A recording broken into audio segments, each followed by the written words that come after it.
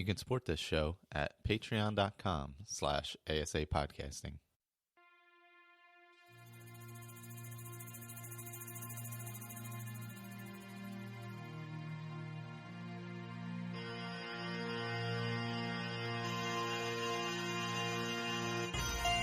Welcome to a Skyrim Addict podcast, where I will discuss my adventures and misadventures through Skyrim. Join me. Add your stories, add your tales. Let's get into this thing.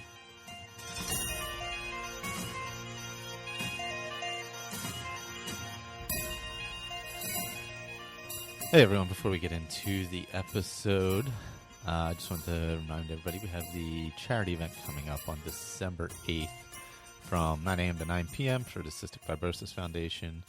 We'll have the link out and all that coming up soon, where you can donate through. We'll be donating right through our event page with Cystic Fibrosis Foundation. So that'll be a little different this year, which is good. And we'll have the schedule after Thanksgiving as well, American Thanksgiving this week. So make sure you check those out. And this episode, we had some minor recording issues, so it's a little noisy in parts, and some breaking up through the Google Hangout. So just be aware of that. But it's a great deep mod discussion with a Skyrim mod author, MisterB1969, Brian. So check that out. And here it is. Hello, welcome back. Episode 153, Skyrim Addict podcast. I'm joined by Ray. Good evening, Michael. Who's running a dot matrix printer. Yes, indeed. That's weird. It's my signature. That's how people know I'm on the show. Yeah. I actually haven't heard it in a while, actually, oddly enough.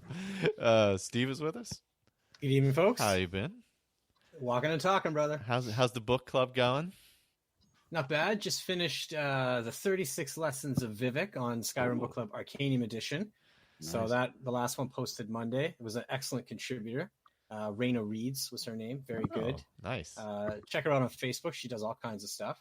And just kind of working on the next block. I've got a few contributors that I'll polish off and put up for next week. And then you'll actually start hearing my voice on the show. Oh, you're coming back on. Oh, that was always the plan. I just was inundated with awesome contributors. That's good. Yeah, that's a good problem to have, good contributions. 100%. Yeah, 100%. And, of course, Victor's with us. Good evening, everybody. Great to be here. Oh, should we play a game? Yeah. And we have a guest with us tonight, Brian. Hello. Who, I believe, Victor, you can do all the introductions here. I'm going to slide to the background.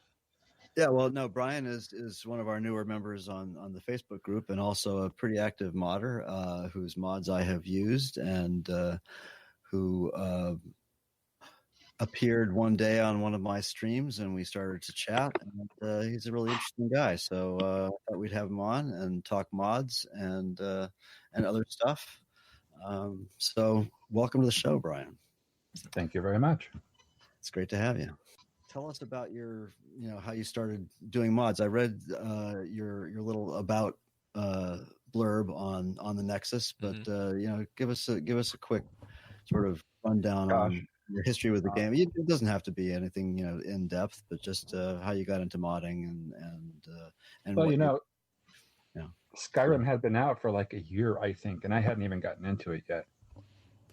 But when I actually did decide to start down and playing it, I just started modding. I didn't know what the heck I was doing, but I found some tutorials or just sat down and just tried to figure it out myself. Yeah, you said you were playing with Skyrim. I used Skyrim early on, as I think most of us did, and enjoyed it. It was really cool. So that was my first exploration into alternate perks. So that and Spurg. I don't know if you used Spurg or not. Yes, I have Spurg as well. That's an awesome mod as well. Yeah, it was actually a lot simpler and sort of easier less taxing on the system, I guess. But you said that was your inspiration for starting to mod. Yeah, I after playing just a little bit, I realized that looting was incredibly boring in Skyrim. This is true. That's true. So I decided to fix that. Yeah. You don't get excited about, is it carrots or potatoes in this barrel? I mean, I always want to know, right? Like, Exactly. And how many? Yeah. Well, so that's when you created Unique loot. Yeah. Unique Loot. Okay. So, and when you created that, explain exactly what your the impetus was, what you wanted to achieve with it.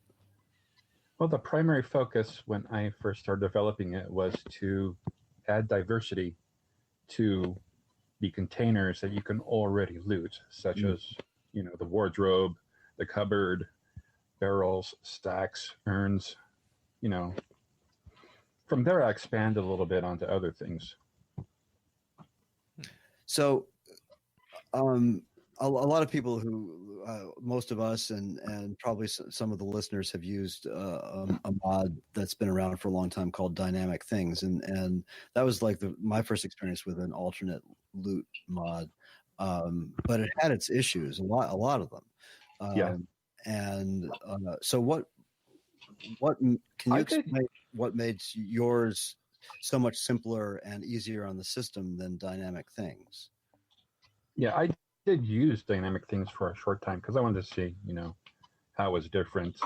Mm-hmm.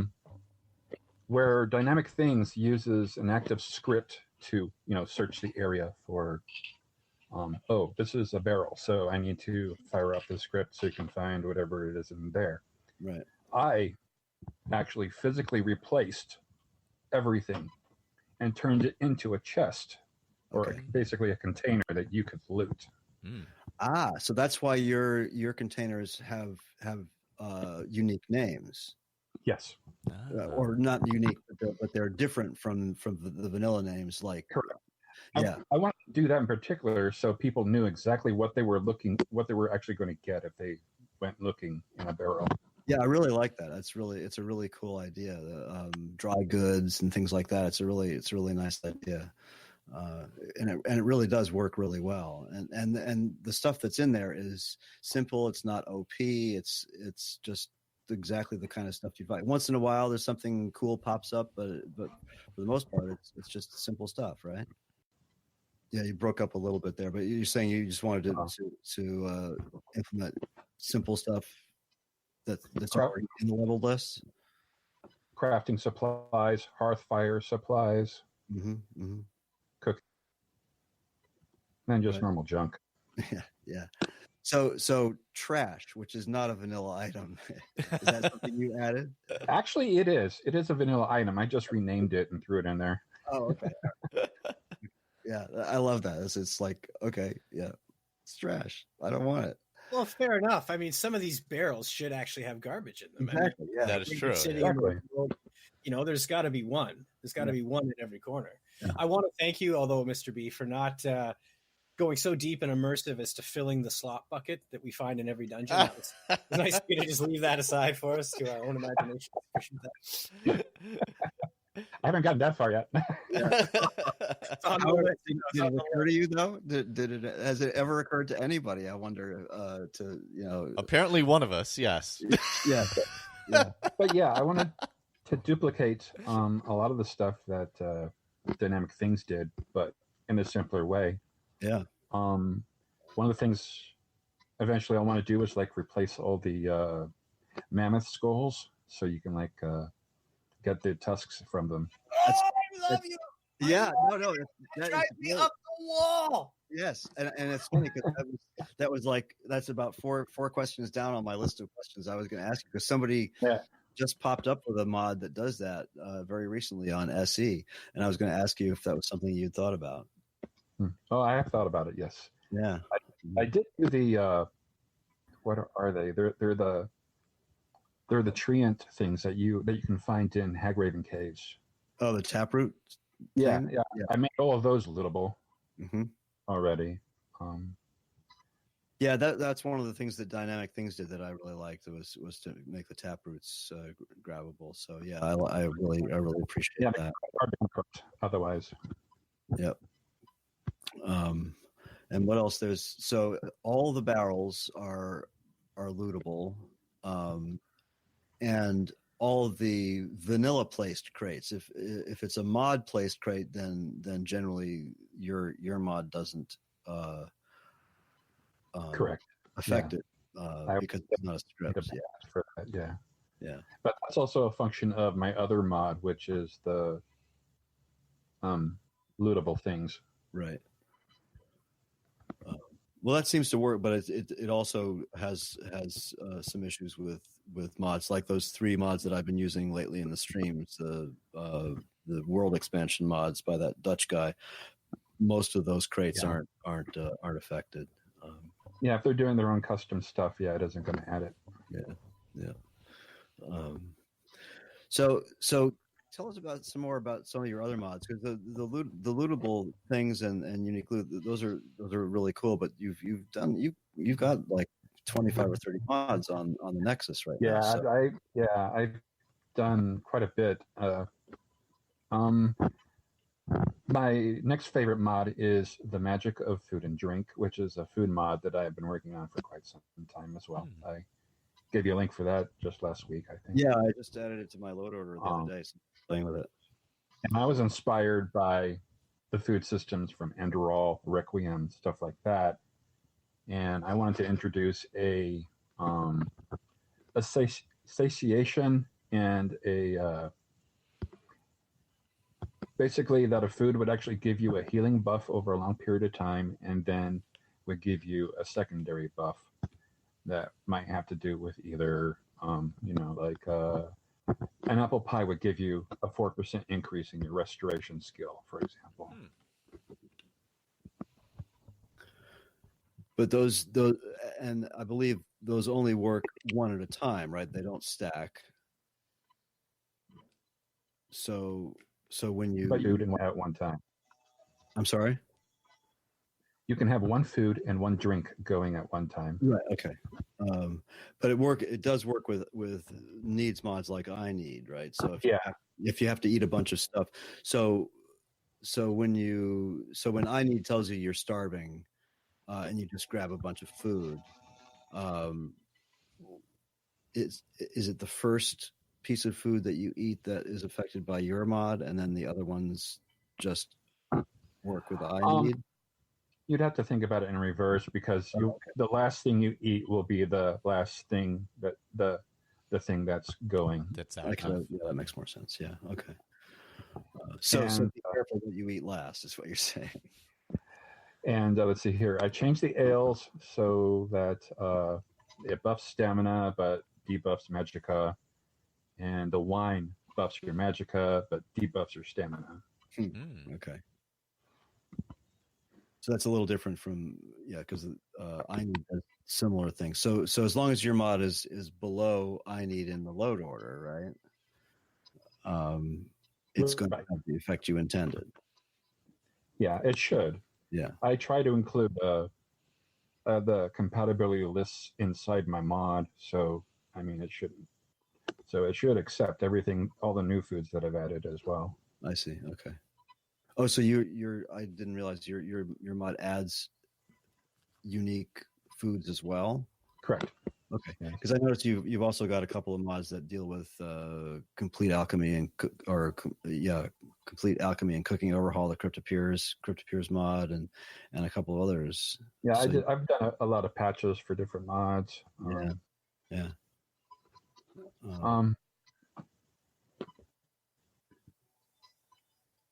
And you've also done the dogs.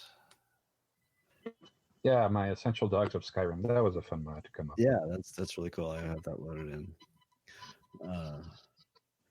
So let's see what there was. There's your profile. So magical tweaks. The improved courier I haven't tried. That's what I wanted to mention. Now, this is your patch for a mod that came out a couple of years ago now, I think, Divine Elegance. Yeah. And I haven't tried your patch, but I totally agree with the intent, because the I don't know if any did. Ray, Stephen, Michael, did you guys ever try Divine Elegance? No, it was Apache, the person who did all the hair and stuff. Brought this out, and it's got some absolutely gorgeous sets of clothes and armors. Wouldn't you agree, Brian? It's like there's some beautiful stuff, but it's so definitely overpowered. Yeah, very OP. Yeah, so that's something that will get me using that mod again. So when you say your patch alters the stats to be closer to vanilla, how much did you debuff Apache's stuff? Well, I basically just said, okay, if this is like mostly a leather outfit, I'll just use the stats for the leather. Okay. And then I incorporated that into the recipes as well. So a lot of the recipes had some really cool, so I just changed those to vanilla. Yeah, and again, with the history of that mod, when I don't know if Apache is a man or a woman, but he or she, when that mod first came out, you couldn't even craft the stuff. That had to wait for, well, I think it was a few months before he or she made the stuff craftable. So you could only go buy it in the store. And but for anybody who hasn't used it, it does provide some absolutely gorgeous sets of clothes, including some beautiful, really just gorgeous dresses and suits for men and women, stuff like that. But like I said, it was way overpowered. The armor sets were way overpowered. So this sounds like an awesome idea. Now that patch isn't up to date with the latest version, because I really haven't been into modding for a while. Yeah, I see. It's last update was May of last year. So yeah, I haven't looked at Divine Elegance in a long time. Has it been regularly updated? If I recall, he or she did add some new outfits. Okay, all right. Which would require more balancing, but I couldn't get into doing that. Yeah, at the time. Yeah. Looks like last June was the last time it was updated. Okay. So June of 17 or June of 18? 18. Okay. So your patch will work on whatever was included at the time it was made, right? And yeah, definitely. Yeah. So it's not like it won't work at all. It just won't work for everything that's there now. Yeah. Yeah. Well, that's cool. Let's see, Unique Harvest and Alchemy. There's a whole bunch of good stuff. A lot of your stuff I see is, I mean, most of your stuff is still for Legacy, and you've updated some of it or ported some of it over to SE, but not all of it.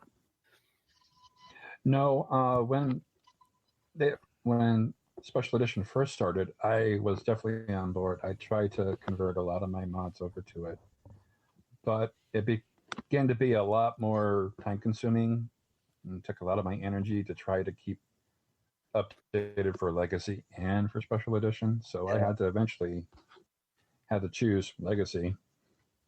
Yeah, I think that's probably a good choice, right? I still use it more than SE, so I just like the way it looks better. I like your customized NPCs, though. That's I only think I tackled like 2 or 3 NPCs in that, but it was just a small project that I. But you're 100% right. Belran was horrible looking. Definitely deserved an upgrade, and so did Camilla. So both of them are excellent upgrades. They're not overdone at all. They're just much nicer looking. So good on that one too. I think your mods are great. I mean, truly, they're simple in a good way, and just thoughtful and not, they don't complicate things. They solve some interesting and also mundane in a good way problems. Just stuff that really needs to be thought out. I had to solve this on my own, really. I mean, so it was through trial and error. So yeah. that brings me to a question, if you don't mind, sir. I'm looking at the Nexus and watching Victor play with some of them. I feel like one of the ways I would describe your modding is that you make small mods that do big things in the game. And I'm wondering, is that a function of just sort of the learning as you go, or is that like an intentional design choice on your part? That was intentional, especially when it came to working on unique loot and lootable things. And once I get back on my feet after this operation, I do intend on merging lootable things and unique loot together. Oh, cool. So, because I just feel those two are perfect together and should. Yeah, I'd been playing with unique loot for quite a while, and then saw Victor mention lootable things, so I tried that, and yeah, they just work so seamlessly together. And the crates really saved my hide. I was working on the Riverside Shack and needed some linen wrap, and so I was able to hit a little entrance to a cave, and was able to pull out all the linen wrap I needed before I had to fight any Draugr. So yeah, I definitely tried to make the loot different between each mod, so it wasn't necessarily the same kind of stuff. Yeah. So I know that you haven't had a PC up and running for a little while. Have you been keeping up on mods that are coming out recently? Oh yeah, definitely. So, I always have my eye on the Nexus. Okay, cool. So you've watched, because Ray mentioned Riverside Shack, and I have that downloaded and loaded in, but I haven't tried it yet. But I watched a lot of Dark Fox's streams when he was building it, and so have you Same checked here, that? actually. Yeah, cool. So if anybody is unfamiliar, we were talking about this before we started the show, but Dark Fox 127, who's done, he did the Caranthir Tower and Morscombe Estate in Dawnstar that came out 3-4 years ago now. It's been quite a while, and he's done a few other things like that. But he does a lot of modding streams. Yeah, he's an incredible modder. Yeah, he's really good, and a lot of good tutorials. I've used his NPC tutorials to try to sort of plod my way through making an NPC. But so, which you also have, you have done at least a couple of NPCs, right?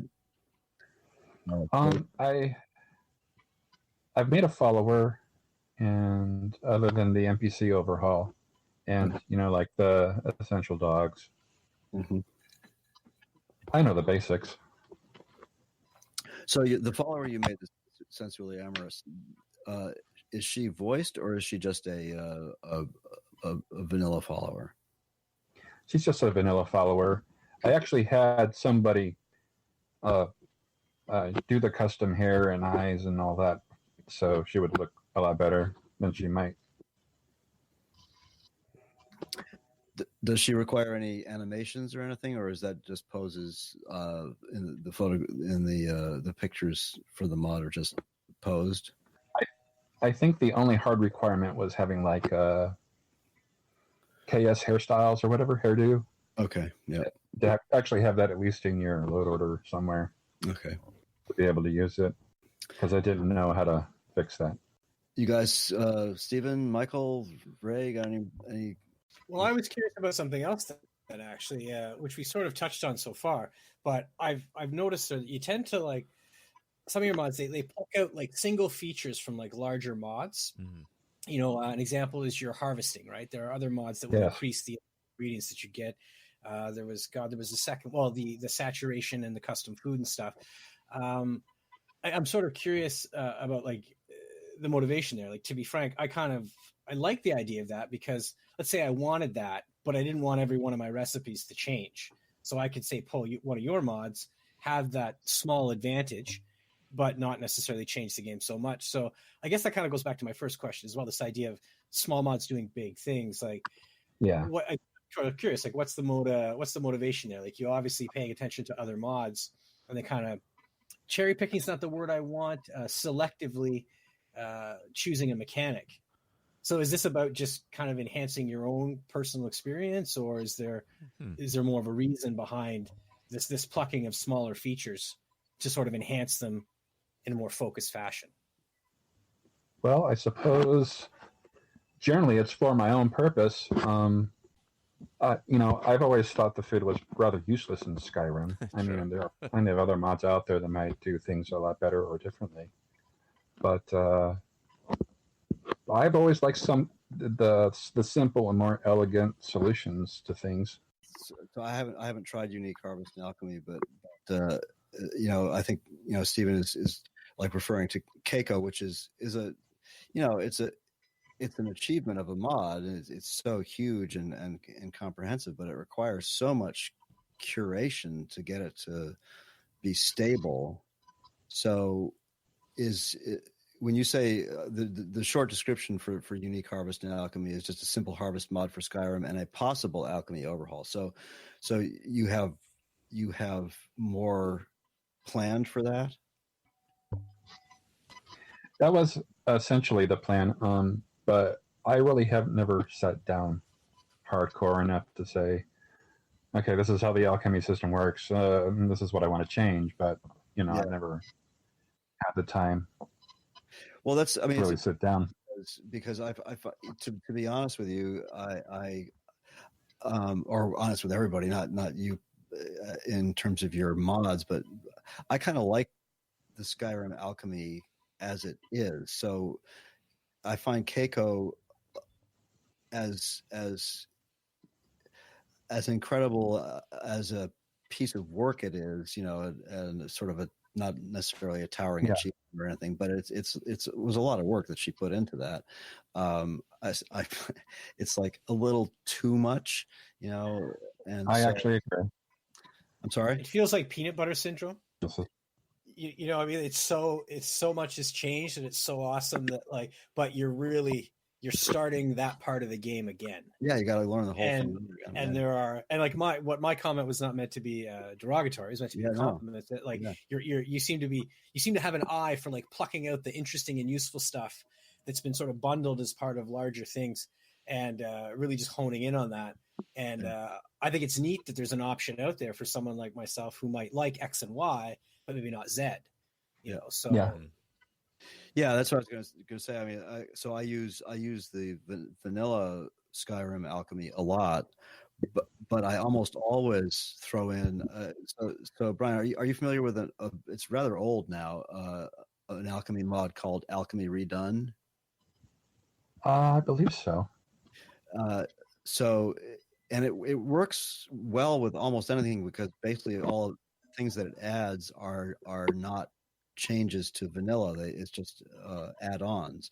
So it adds a almost medieval set of ingredients, and it was the first mod that I don't know if it was the first mod to do this, but it was the first mod that I encountered that added things like a retort and crucible and things like that, long before Keiko and others.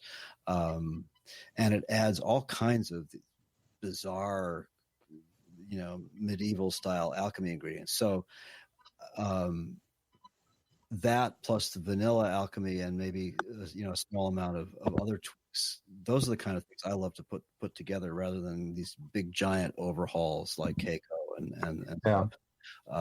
So that's why I've always liked mods like the kind of mods that Enai Cheyenne does, which are comprehensive but elegantly done and just sort of seamless. They just sort of fit into the game. They don't require a lot of patching. They don't require a lot of bullshitting around. They just work like Steve Jobs.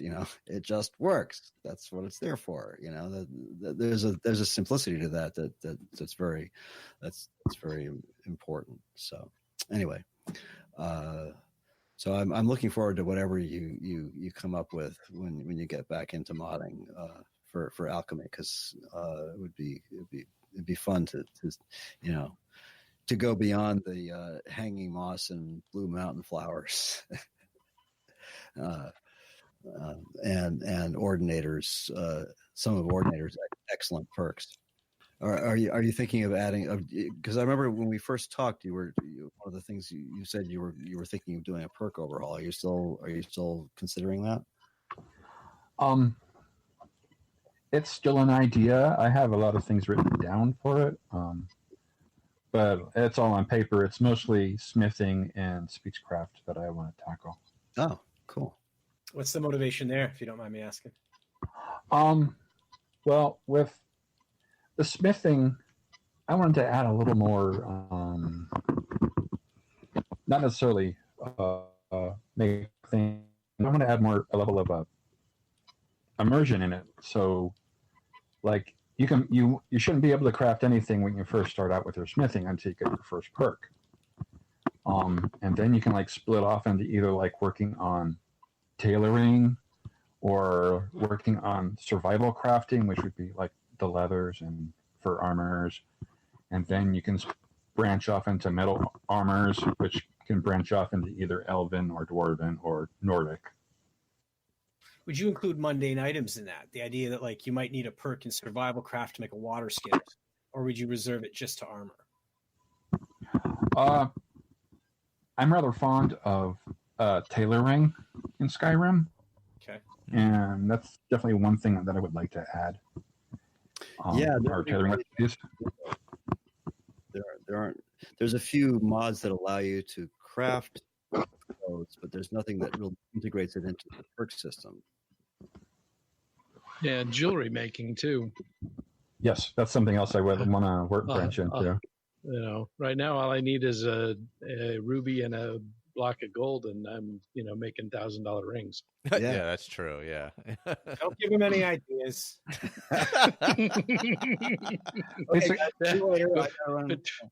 Between not being able to make hanging moss and blue mountain flower potions and $1,000 rings, Steven's not going to be his $1 million character. Yeah. I play on the PC. I can just use the console. Yeah.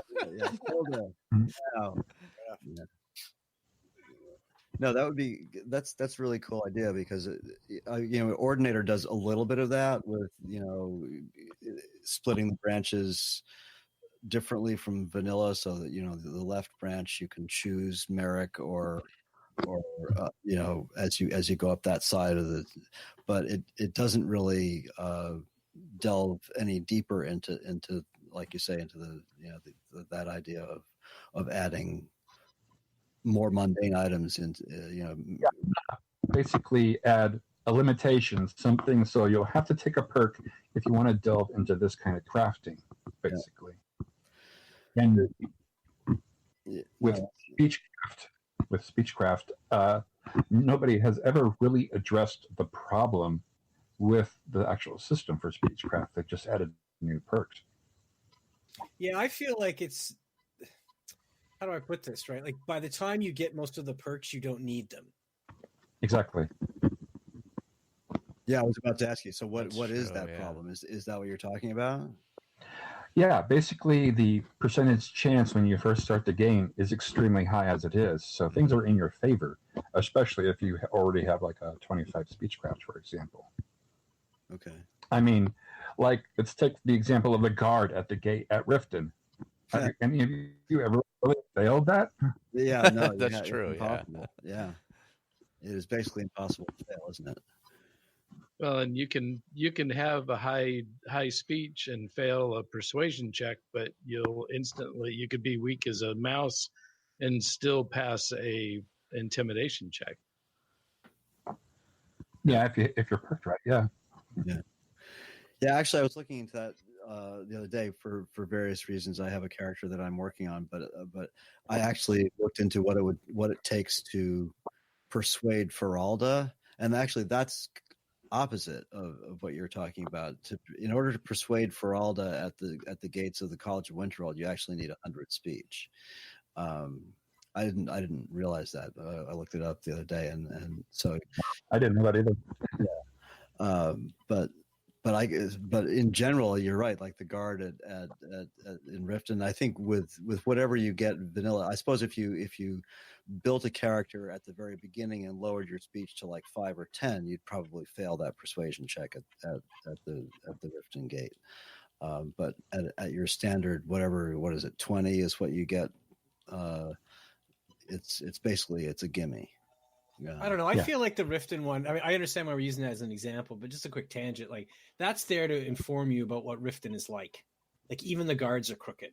Be wary when you go in here. Like I don't think that's not meant to be a skill check in my estimation. But I mean, everything else that you're saying is valid. No, that's your point. You're right. About just skill sort of, you're starting you off a bit stronger than maybe necessary and so on and so forth.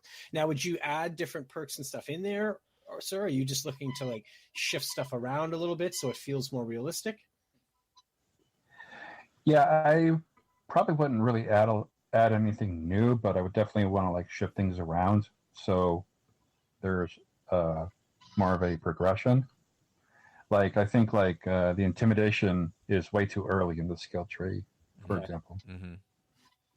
One thing I've always kind of hankered for in speech, and there may be mods that do this, but if you're playing like a bard type character, like let's say you've actually gone to the Bard's College, you're running down that.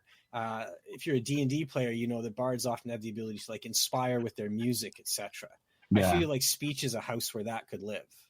Like definitely. Something in that, I don't know how you would work it all out, but Ordinator does that perfectly, actually. Okay. I don't know if doesn't it do it sort of in the opposite way though? I mean, Ordinator gives you the ability as a bard to use it as a weapon. Is there an inspiration as well? Because I don't. It should be both. It should be both. Victor. Yeah, there are D&D powers, for example, that I know there run both ways. So. Yeah, I'm just saying for Ordinator does one side of that really well, but I haven't. I rarely use the speech tree. So well, I assume you'd probably want to take illusion to fill that role, but I know in the speechcraft tree, there are actually like performance perks, so you can actually gain gold and stuff like that. Mm-hmm. Oh, that's right. Yeah, you can perform and yeah. But, I recently had a character that did that. That was her job. Excellent. But that's reliant on become a bard, isn't it, Ray? Like you're running that mod to get access to that ability to perform and then increase your speech or your reputation and stuff. Well, I mean, you pick that up in the in that speech tree that gives you the ability to do performances and get paid and by the people standing around. Like you throw your hat on the ground and they throw their coins in it. And that's the Ordinator. Yeah, that's the Ordinator. Yeah. Oh, sorry. I thought you were saying that was something vanilla. I'm like, oh my God. I played 1,000 hours of this game and never figured out I could busk, I'd have been all over that. That was Ordinator. Yeah. Okay. Yeah. I don't think it's probably been about 2 years now since I've played a game without Ordinator in it. Yeah. Yeah. It is a good mod, but I think they went too extreme on some of the trees. Yeah, there certainly is. It's but it has everything I need to create the characters that I do. Yeah, definitely. Yeah, I think one of its failings. You mentioned this in reference to a couple other things before, but there's a couple things that happen too early. For instance, it's a little these days again, I've been doing the same thing Ray has for at least the last couple of years with the Ordinator, and you can basically gain all at level 30 in alchemy. You take the perk Experimenter and you get all 4 ingredients. So I'm constantly doing that every time now. I just wait until I get 30 in alchemy, and now boom, now I know everything. That's a little low in the tree, and clean kill is another example in marksman. I think it's a great perk, but it happens really low, and it seems a little bit out of balance that way. Yeah, and those could all be stair step too, where you take the first level and it gives you 2 ingredients of that was 2 functions from each one, and Yeah, I think if you read some of Eni Cheyon's writings about his mods, that's one of the things that he specifically wanted to get rid of. Ordinator was all those steps. He was, and so that's why you don't find it in Ordinator. Gotcha. But and I sort of agree with him. How do you feel about that, Brian? I mean, it's like in the vanilla game, there's too much of that. There's too many, 1 through 5. I mean, come on. I mean, just let me get past this perk and get on to the next one. Yeah. I definitely agree with you on that. Yeah. I think Spurg did a really good job with the alchemy tree. Yeah, I've completely forgotten what it did, and Colin and I both played with Spurg a lot, but that's like 5 years ago now. I don't remember my name, much less what happened 5 years ago. Never refreshed me about like my unique harvest, because there's like versions of it that you can download. There's a perk version, and then there's a level bliss version. The perk version is actually based off of your alchemy skill. So the higher your alchemy skill is, the more stuff you can get out of plants and stuff like that. I really like that. That seemed really balanced. That like just that base alchemy perk, whatever else you're going in the tree, when you get 2 and then you get 3 ingredients and 4 and 5. I thought it was very smooth and elegant. And I like that it still gives me something to work for. Like you're not giving me the whole bonus just because I've gotten a 40 alchemy and picked something. I really like that. It took me a long time to figure out how to implement that too. But it was so simple in the end. Really? Okay, that's cool. One of the things I wanted to, we were actually talking about this before you got on, for everybody who is, and Steven said, well, it's obvious from the name, but for everybody who's listening and who doesn't really quite understand, can you explain the significance of and the ramifications of leveled lists and why they're so important and why it's important to, especially if you're playing, well, only if you're playing on a PC, to create patches when you can to balance the leveled list? Can you give a sort of a capsule? That kind of skill took 2.5 years of figuring out. But as I was building the mod, the more I can work off of the base lists that are already designed in Skyrim, the less I have to conflict with other things, because then you'll be able to make an easy patch. If I stay with the lists that are currently already in the game. Okay. Of course, if I make my own list, I'm actually putting those lists into the original vanilla lists. Well, can you just sort of give a quick explanation of exactly what leveled lists are?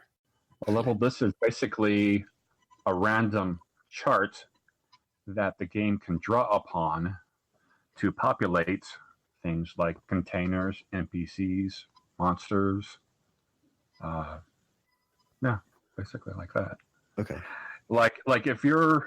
So it's a spreadsheet, essentially. If you're like plucking a flower, that's almost like drawing upon a leveled list. If you're looting somebody's dead corpse, you're drawing into a leveled list. Because once they die, there's a death list that you can draw upon. Okay. All right, yeah, I think that a lot of people don't really get what they are and why. So and sometimes you don't even really notice, or you say, wow, I've got all these mods loaded and golly, mammoth tusks are all of a sudden worth 5,000 gold. How'd that happen? Well, that's probably the one thing you got to look out for the most when you're modding your game is leveled lists, that you don't know how important those lists are, which is why patches and merges become very important. Otherwise, you might not get everything that you wanted out of your list because... We lost you for a second there. Okay, well... No, that's all right. So is the level list a continuous list? And as you go down the list, it gains level, or how does that work? Is it multiple lists? It can work that way because you can set the list so they only happen like when a player is like a certain level, or if a player has a certain perk, that means they can open up this list and roll among those things that are in that list. Nice. People don't realize that, when you're adding all these mods that affect, the same kind of lists, it's very important that you make sure that they're patched correctly, or you're doing a merge list, because you might end up losing out because it wasn't, built properly, because the last list is going to win out unless you make a patch. Exactly right. That's the whole thing about mods, and why and the big difference between mod managers like Mod Organizer and Nexus Mod Manager that people need to know, and this affects the level lists, right? That the last mod wins. That's always right. So yeah, and so that's what merged and bashed patches do. They look at the order and then resolve those conflicts. Yeah, it's a wizard. Okay, yeah, it's all FM, as an old friend of mine used to say, who actually was a computer wizard from the ENIAC days. FM is fucking magic. So, sorry. That's my Alexa decided that she was hopping in. Really? So you change it from computer? You change it from the computer to the F-bomb? That's how you get Alexa's attention now? Yeah. Adam had a question. He wants to know if it's a leveled list issue when he goes to a shop and there are 83 brown fur backpacks for sale. Yes, that is definitely the problem. Unless you really need a backpack, then it's not a problem, I guess. Yeah. Wow, did that really happen? I guess so. Yeah. See how that could happen unless somebody edited the file itself. Huh. That's weird. Or unless there's like 2 or 3 different mods that add backpacks, right? And they're all sort of stacking up on each other. Yeah. I don't know. Yeah, that's a lot. My mammoth tusk example happened to me just the other day. I mean, I went into halted stream. I had deleted my bashed patch for some reason because I was messing around with things, and I went into halted stream and started to pick up some mammoth tusks, and they were all worth like 4,000 gold. I thought, wow, awesome. No, I can't do this. I'd go back and redo the patches. But yeah, or there's the Daedric bow that's all of a sudden worth 5 gold. Yeah, that's disappointing. Yeah.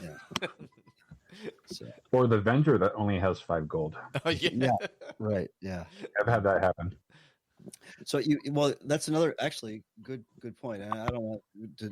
We're running on a little ways now, but so you also have an economy mod, which I have not tried at all. Can you give us a little bit of just a synopsis of what that one does? Well, I wanted to instead of actually like creating a completely new economy, and trying to reprice everything. Mm-hmm. I rebalance the values for furs, pelts, jewelry, gemstones, ores, and ingots. Mm-hmm. Just by changing all that to something that might have more value in the game, because in the vanilla system, those are completely out of whack and nerfed, and it just makes it's to help flesh out the otherwise. Sorry. No, go ahead. Victor. Was your concern that base materials were overvalued and the end result didn't reflect it, or was it the crafted item was so far out of proportion to the cost of the base material? Yeah, under proportion. So, like, I think in vanilla game, a gold bar is worth 100 gold. And then you make a ring out of it, and it's 1,000 gold or whatever. Yeah.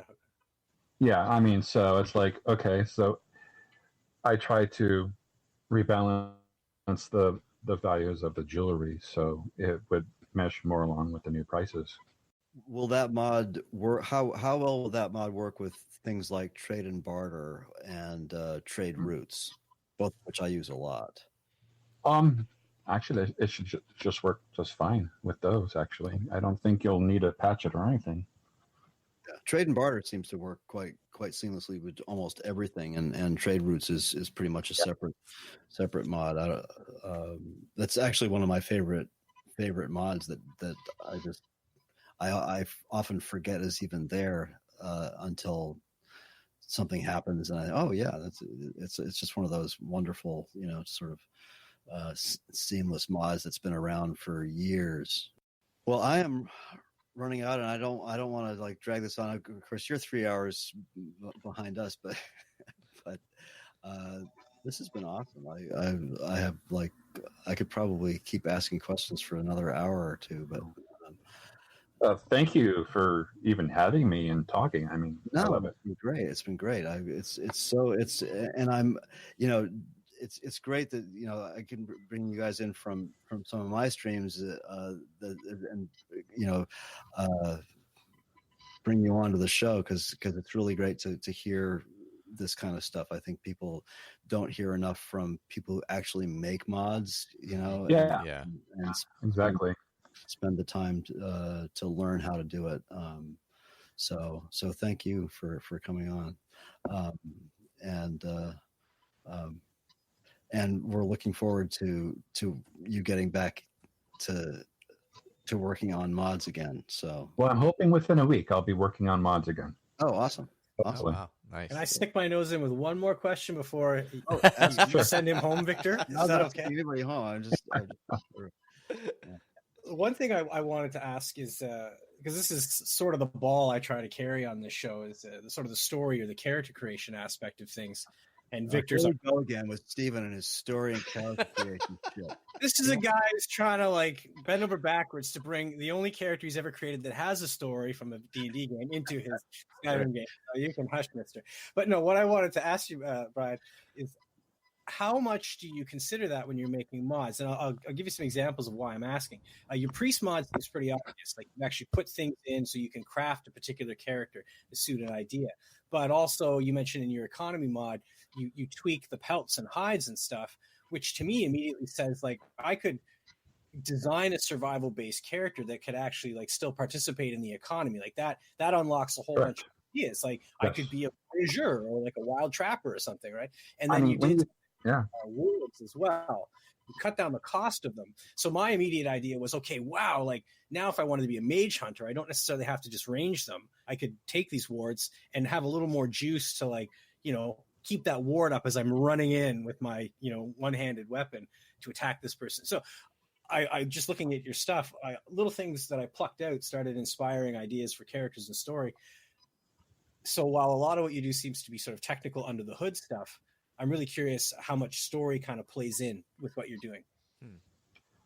I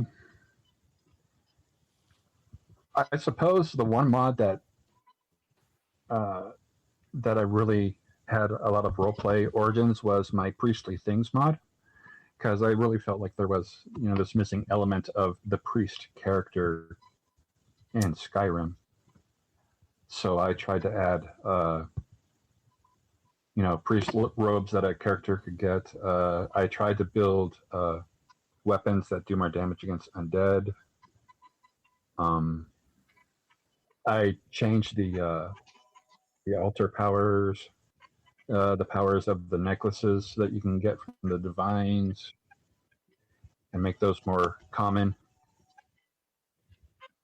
Yeah, I really liked all that. Like I looked at that and I thought, like, okay, now I can build a cleric. Like I did a whole audio let's play for another one of Michael's shows based around this idea that this guy was sort of a holy warrior, cleric, and it was always trying to put a square peg in a round hole to sort of, well, look, I can pull this out of the game and sort of repurpose it when I'm talking about it. But you really made that possible.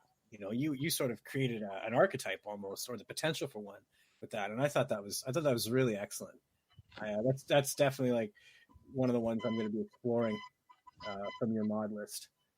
I know it's like I try to find a need that isn't like filled, and if it's something I'm really interested in, I will try and make it. I am always I have to say, I'm always impressed by that kind of thoughtfulness, because I'm not that kind of player. Like Stephen is looks at your mods and sees all these character possibilities, I just find that really inspiring, because I look at them and think, okay, cool, yeah, that's interesting. I'll fly around with that, but just I don't have that creative, that part of me just doesn't resonate. So it's great to hear those kinds of interpretations. Yeah, well, that's kind of the great part of the game and modding in general, is that you can have the different interpretations of how you want to play the game, even enhanced so much further. Yep. And taken to the nth degree, Yeah, that's it for me. Sorry, I'm out of ammo. You can you can go back to rushing him out the door if you'd like now. No, I'm not rushing. No, I'm teasing. No, I'm out of it too. It's just, but again, thank you so much, Brian, for coming. Well, I hope I answered your guys' questions thoughtfully enough.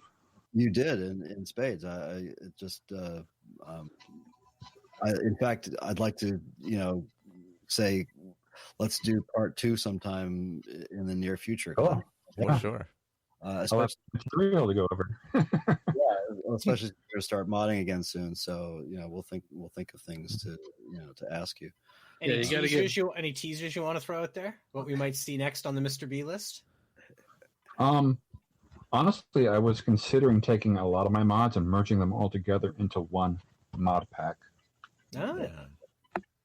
So, I mean, there might not be much of a need for it among a lot of people, because some people aren't going to want this or that in it. But I think there's a lot of my mods I've tried to make with a specific theme and work together, so that it's all cohesive. Mm-hmm. Yeah, you need to get some of that stuff over onto SE, because I don't play Legacy. Well, if I can get a better computer and a better graphics card out, it's no problem. So it's been great, Ray. See you later. Good night. No, I can appreciate the difficulty of trying to support 2 versions of the game, but yeah. That, and I could barely run Special Edition on my computer, so really? It was like, do I really want to do all those headache? Yeah, true. Yeah. Well, actually, before you go, I want to talk to you about that, but we can do that after the podcast. But I've actually been playing a lot more SE lately. My latest Fits and Starts character is an SE character, and I've actually got it looking almost as good as Legacy. Still not quite, but it's almost there. So, all right. Well, Michael, have you got any stuff you wanna cover? Because I'm all out of haranguing Brian. So. Specifically, no. I was just going to make sure we just let everybody know that you can, like with many modders, you can obviously support Brian through Patreon, patreon.com/MisterB1969. Yep. So definitely do that, because they're working hard making mods, keeping an amazing game alive for everybody. So I always think that's pretty. And I know Victor thinks that kind of thing is very important too. And I think it's a great way to keep the community going. My real life has been keeping me away from it majorly. Well, that happens to everybody, right? Yeah. Unfortunately, yeah. But I'm not keeping up. And let's see. A little thing coming up. Yeah, that's right. We have we have our charity event coming up December 8th. We think 9 a.m. to 9 p.m. I think that's what we finally settled on, maybe. And it seems to be the most common answer at this point. Yeah, we're going with that because that's what kind of just happened. And so sometime in the morning till sometime Eastern Standard Time, and we'll have a schedule. It'll be the shows and stuff. I know 10 AD is doing a show. Skyrim Addict show. We're going to be doing the thing, getting the next Skyrim roundtable together for the Hearthfire stuff. And whatever else we have going on. I think we're going to kick it off with obviously with like my journey and stuff like that. So which makes sense. So for the Cystic Fibrosis Foundation. So we'll actually have a link for that soon. It's already live. So we'll have the link for that soon. I'm just waiting for Andrew to type up something for me. Andrew, it's been hard to drag him out of Fallout 76 lately. So he needs to get out of it and type something. I'll remind him so I can update that site and I can just put the link out with it unupdated. It just really has. It's a very it's the basic page from the Cystic Fibrosis Foundation. It doesn't have any of our specific information on it. So I wanted to make it more personal, So. But that's going to be going on. So check that out, December 8th. That'll be coming up, and we'll all be floating in and out of there over 12 hours. I'm going to be doing. I was just saying I'm going to be doing the straw challenge random times during the day. I decided, which is doing strenuous exercise for 10 minutes while breathing through a straw. To simulate the effects of cystic fibrosis. Yes. Which was recommended to me by I guess the thing they do at a bunch of their events. The person my contact at the local chapter was like, "Oh, you should do this." I was like, "That's an interesting idea." And I don't have my camera on tonight, but if you would see, I have there's like an elliptical machine and like an exercise bike behind me. So I'm gonna hop on those and go really fast while breathing through a straw. So we'll see how that goes. If I fall off during the live stream, you have to donate extra money. That's the rule. I'll do a Facebook Live climbing the mountain behind my apartment here. With a straw. Yeah. I'll walk up the stairs to my studio.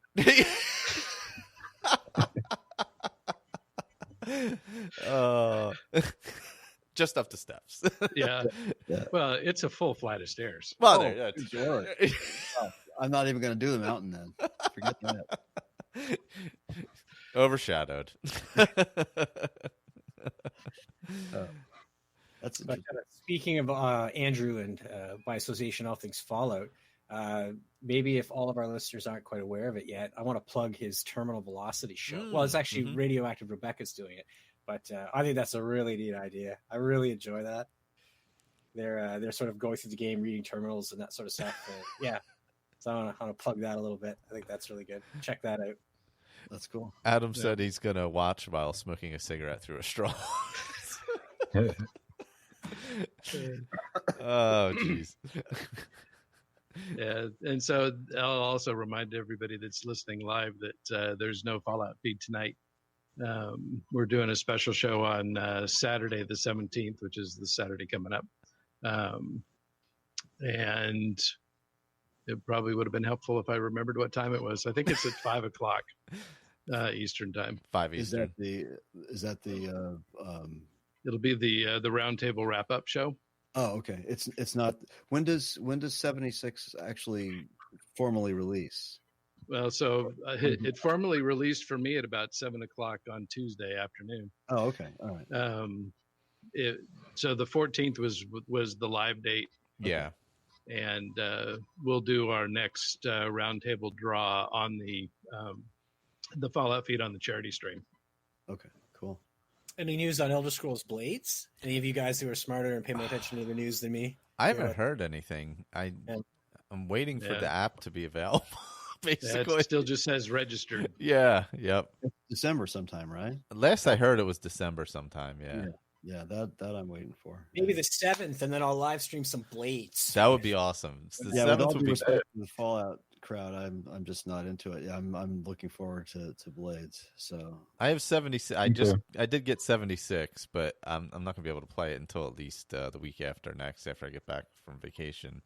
Yeah, And, I had it. It was like for me, it was Fallout 76 or Diablo 3 for the Switch. I heard that's really good. And Diablo 3 for the Switch won. So yeah. So it's such a great game. Oh, yeah, I heard that was good. I've been thinking about that too. Oh, but I also have I picked up.